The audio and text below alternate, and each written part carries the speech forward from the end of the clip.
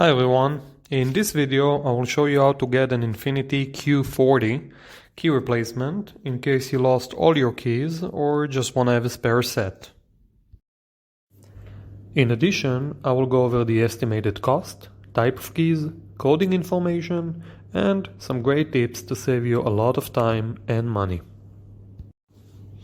Of course, if you need any help, you can contact us 24/7 and we will connect you with a locksmith near you. So, Infiniti Q40 has one type of key, which is a key fob or push to start. You get into the vehicle, you push the start button, and the car is on. For 2015, we have a key fob with part number 285E3JK65A like an apple, which needs to be coded on site with a special machine. Now it's time for tip number 1.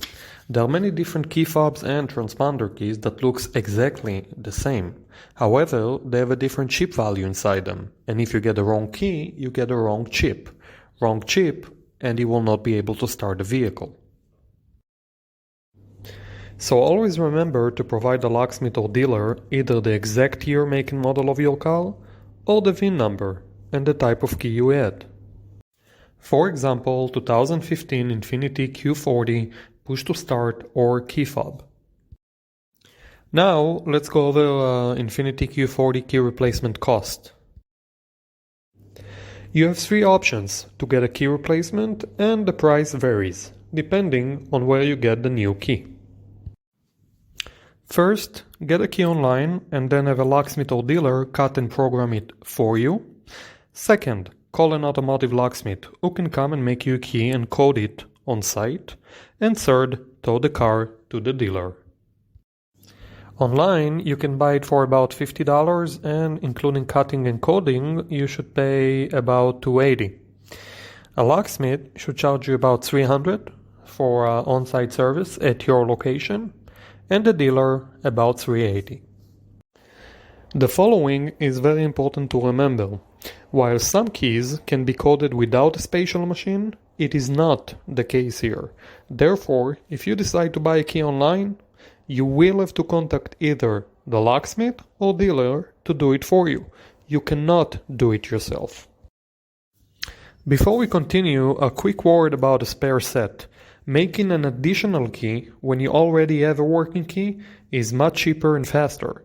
Therefore, we highly recommend getting 2 keys in case you lose all your keys, as the second key should cost less than half. Now, some tips to save you a lot of time and money. First, call a few locksmiths. Get a few quotes. This is very important, as some locksmiths are very busy on a given day and some aren't. Use it for your advantage. Second, try to call a few companies, even if they are not located right next to your location. Most locksmiths offer a mobile service, sometimes up to 30-mile radius. So even though the business address might be far from you, they might be helping the customer right next to you. Do your research, it will pay off. Third, try to schedule an appointment, if you can wait a while. Most locksmiths would prefer to give you a 10, even 15% discount if you can wait while they finish another job. This way, it can work out for everybody.